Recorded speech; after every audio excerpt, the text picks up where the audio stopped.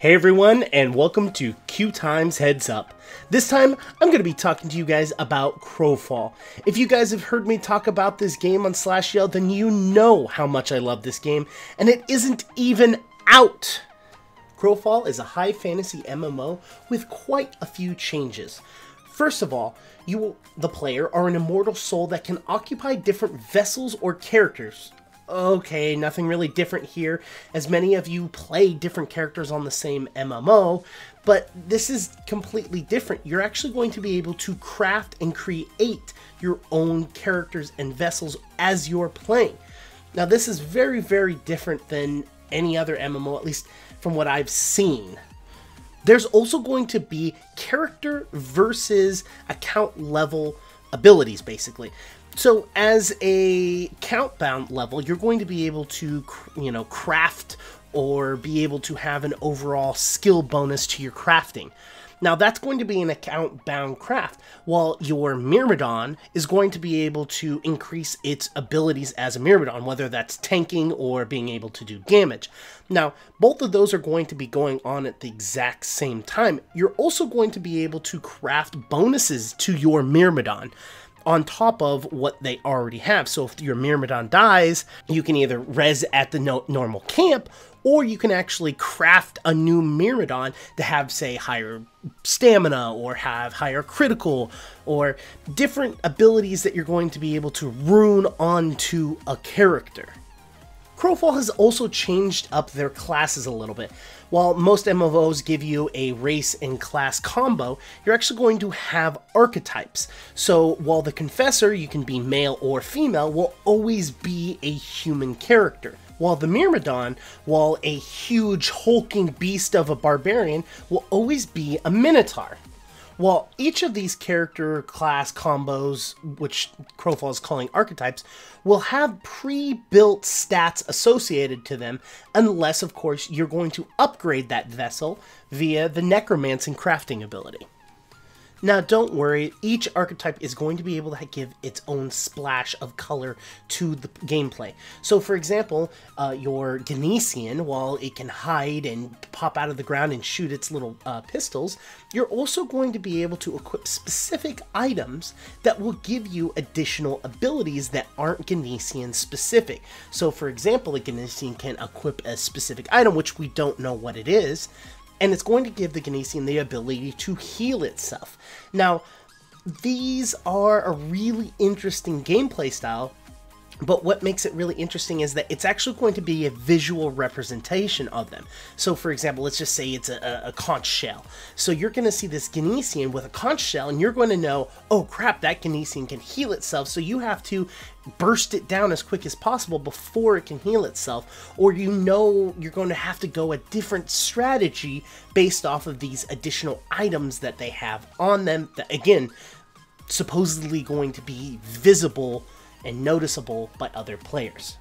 So enough about the individual players, let's talk about CrowFall's big world. So you, the player, will be on this giant plane of existence, and it's going to be almost randomized. So you're going to see a lot of different nodes in different places, but after so often, the world's actually going to get destroyed, and it's going to disappear completely, and it's going to come back completely different and random. So while you, the player, are going to be running around playing and killing other players and crafting and finding nodes, each time you log on, or maybe every week or so, they haven't given us an announcement of how often they're going to be doing it, it's going to be different every time. And so with that, it kind of makes it interesting. So say you're looking for iron nodes, and you're really harvesting iron because you need iron for some big huge thing that you're making. So you're harvesting iron, you build around that, you fortify it, you defend it with players or your guild. The next time you log on, it's actually going to be somewhere completely different.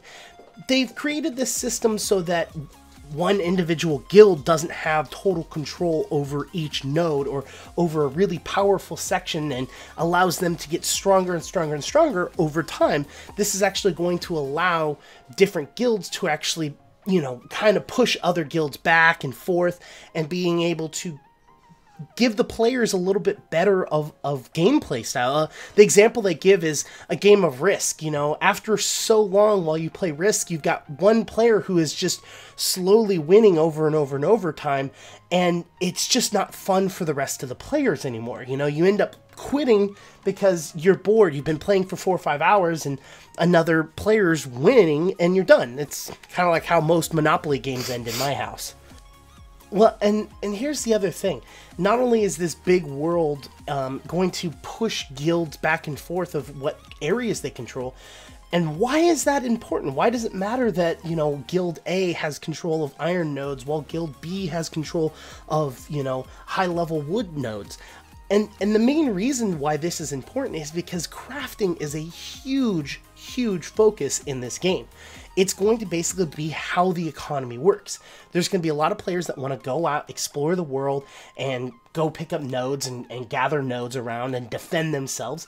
But here's the thing, you can't just teleport back down to your town. You're actually going to have to take these nodes, these goods, back down to your city or back down to your area to keep them storage. You're also going to be able to trade those goods to people who are focusing on crafting.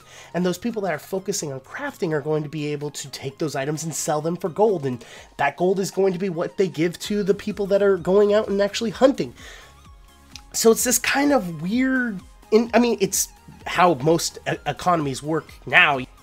But don't worry, if crafting isn't your thing, you're still going to have a great combat system, and you're going to be able to go out and fight and earn your money by just killing all those players that are going out and searching for nodes. You kill them, and you're actually going to be able to loot their bodies. So you kill them, you loot their bodies, you get ore, you get wood, you get all this other stuff. Mind you, you're going to put, you know, a price tag on your head, but you're going to be able to take those goods that you've stolen for other players and be able to use them for either crafting. Again, if you're not into crafting, then you can turn around and use those to buy and have other players build the items that you want for a small fee. Or if you have a deal with your guild, you're going to be able to use that within your guild. Now, there is a ton more that there is to this game. It just would take me way too long to go over it all in one video. But there will be additional videos going over different aspects and different characters and different abilities within the game. So look forward to seeing that. Until then, guys, I'll see you on the forums.